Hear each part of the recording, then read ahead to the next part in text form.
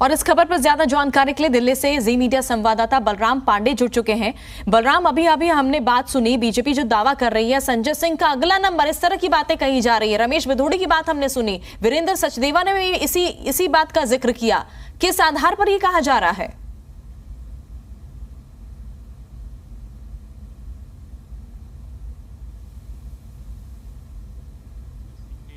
ED पर हमला बोला था और एक के बाद एक उन्होंने नाम गिनाए थे कि किस तरीके से ईडी उन्हें प्रताड़ित कर रही है, परेशान कर रही है और दबाव बनाकर उनसे बयान ले रही है। यही वजह है कि अब बीजेपी हमलावर हो गई है और बीजेपी के जो सांसद हैं रमेश बिधूड़ी, उन्होंने साफ तौर से आरोप लगाया है कि संजय सिंह के भी हाथ काले हैं और जल्द ही वो भी ईडी और सीबीआई की गिरफ्त में होंगे और कहीं ना कहीं उन्हें भी जो आबकारी नीति में भ्रष्टाचार का आरोप लगाया जा रहा है उन्हें भी उसमें शामिल किया जा रहा है। हालांकि अब देखने वाली बात ये होगी कि संजय सिंह इन आरोपों का जवाब किस तरह से देते हैं, क्योंकि कुछ ही देर में संजय सिंह भी प्रेस वार्ता करके इन आरोपों का खंडन करेंगे और बताएंगे कि जो आरोप लगाए जा रहे हैं वो क्यों लगाए जा रहे हैं। क्योंकि बार बार आप देखिए संजय सिंह बीजेपी और ईडी पर हमला बोलते हैं और एक के बाद एक तथ्यों को ला करके वो आरोप लगाते हैं और शायद यही वजह है कि अब चाहे वो भारतीय जनता पार्टी के दिल्ली प्रदेश अध्यक्ष हों वीरेंद्र सचदेवा या फिर बीजेपी के सांसद रमेश बिधूड़ी या इसके अलावा और भी कई नेता हैं जो एक के बाद एक कई गंभीर आरोप संजय सिंह पर लगा चुके हैं और उनका कहना है कि जो शराब घोटाला हुआ है उसमें कहीं ना कहीं संजय सिंह का भी हाथ है। यही वजह है कि उन्होंने आशंका भी जताई कि जल्द ही संजय सिंह की भी गिरफ्तारी हो सकती है। लेकिन अब देखने वाली बात यह होगी कि इन आरोपों पर संजय सिंह का क्या पलटवार होता है, वो क्या कहते हैं। क्योंकि आप देखिए पिछले कुछ दिनों से संजय सिंह लगातार भारतीय जनता पार्टी पर हमला बोल रहे हैं। अडानी मुद्दे को लेकर के उन्होंने लोकसभा में उनकी सरकार का कोई भी सदस्य नहीं है। इसके अलावा अगर हम बात करें तो राज्यसभा में उन्होंने सवाल उठाया और ये कहा कि जिस तरीके से अडानी के संबंध है उसको लेकर के भी उन्होंने जांच की मांग की। तो कहीं ना कहीं लगातार केंद्र सरकार पर संजय सिंह हमलावर होते हुए नजर आ रहे हैं। तो ऐसे में अब देखने वाली बात ये होगी कि जिस तरीके से बीजेपी के जो नेता हैं, जो सांसद हैं, वो ये उम्मीद जता रहे, वो आशंका जता रहे हैं कि जल्द ही संजय सिंह की भी गिरफ्तारी हो सकती है। तो ऐसे में अब संजय सिंह का क्या पलटवार होगा ये भी देखने वाली बात होगी। जी, दूसरी तरफ बलराम, आम आदमी पार्टी भी लगातार ये आरोप बीजेपी पर लगा रही है कि आम आदमी पार्टी के तमाम नेताओं को जेल में डालना चाहती है बीजेपी, षड्यंत्र करना चाहती है, झूठे केस में फंसाना चाहती है। जिस तरह से मनीष सिसोदिया का जिक्र किया गया कि उन्हें भी झूठे केस में फंसाया गया है, उनके खिलाफ भी कोई सबूत नहीं है।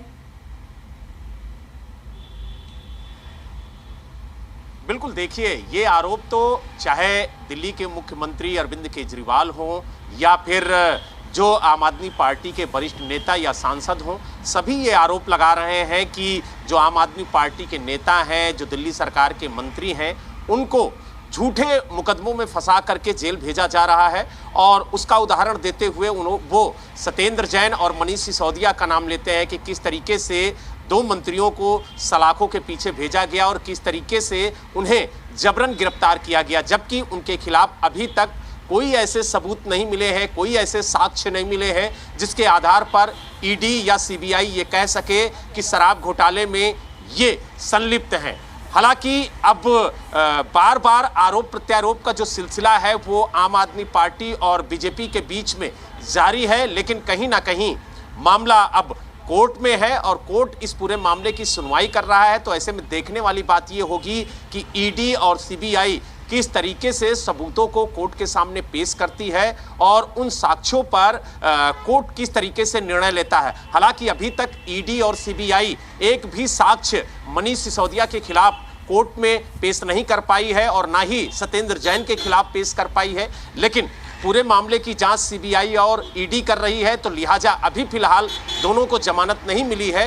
तो ऐसे में देखने वाली बात ये होगी कि अब ये मामला ईडी के पास है, सीबीआई के पास है, तो जांच में क्या कुछ निकलता है और किस तरीके से जो आरोप लगाए जा रहे हैं उनका खंडन आम आदमी पार्टी। चलिए, बिल्कुल बलराम बने रहिए हमारे साथ। दिल्ली से जी मीडिया संवाददाता तरुण भी हमारे साथ बन चुके हैं। तरुण, अभी आपने सुना होगा रमेश बिधूड़ी कह रहे हैं, वीरेंद्र सचदेवा कह रहे हैं, संजय सिंह का अगला नंबर, ये बात कही जा रही है अब।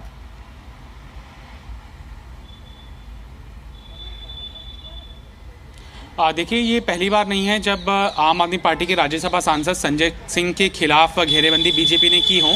एक सुनवाई के दौरान ईडी की तरफ से ही जब उनका नाम सामने आया था कि उनकी इनिशिएटिव के ऊपर रेस्टोरेंट ऑनर्स की मीटिंग बुलाई गई थी, जिससे कि ये मामला इस तरफ इशारा कर रहा था कि उन्हें भी कहीं ना कहीं इस एक्साइज पॉलिसी के अंदर फेवर देने की कोशिश की गई है, चूँकि एक्साइज का काम यानी कि शराब का कारोबार थोड़ा स्ट्रेच किया जा सके, देर रात तक शराब परोसी जा सके रेस्टोरेंट्स के अंदर, और फंड रेजिंग एक कार्यक्रम रेस्टोरेंट्स के अंदर हुआ था। लिहाजा इशारों के अंदर जो उनका नाम लिया गया था, और उसके बाद से ही बीजेपी संजय सिंह की भूमिका के ऊपर सवाल उठा रही है। और कल जो प्रेस कॉन्फ्रेंस की गई संजय सिंह की तरफ से, ये आरोप लगाते हुए कि गवाहों पर या फिर जो मुख्य आरोपी हैं उन पर दबाव बनाकर उन्हें आरोप कबूलने के लिए विवश किया जा रहा है, उनको फिजिकल असॉल्ट किया जा रहा है। एक का जिक्र उन्होंने किया आरोपी का कि इतना टॉर्चर उनको किया कि एक जो आरोपी है उनके कान का पर्दा भी फट गया, और यहाँ तक उनके परिवार के लोगों को भी भुगतना पड़ेगा मामला अगर वो जांच के अंदर सहयोग नहीं करते हैं या फिर वो नहीं करते हैं जो कि सीबीआई उनको करवाना चाहती है। ये एक प्रेस कॉन्फ्रेंस सब संजय सिंह की तरफ से की गई थी, तभी से बीजेपी ने संजय सिंह के ऊपर आक्रामक हमले करने शुरू कर दिए थे। और वीरेंद्र सचदेवा ने भी आज यही बात का जिक्र करते हुए ये बताया है कि संजय सिंह ऐसा क्यों कर रहे हैं।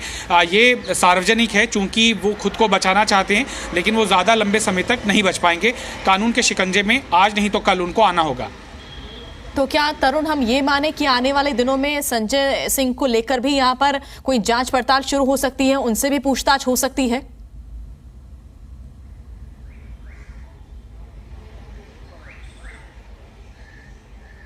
देखिए, ये तो जांच एजेंसियों के ऊपर निर्भर करता है। अभी तक तो संजय सिंह का नाम उनकी जांच के घेरे में आया नहीं है, और अभी तक सिर्फ ये पॉलिटिकल एलिगेशन के तौर पर ही बीजेपी स्थापित करती आई है।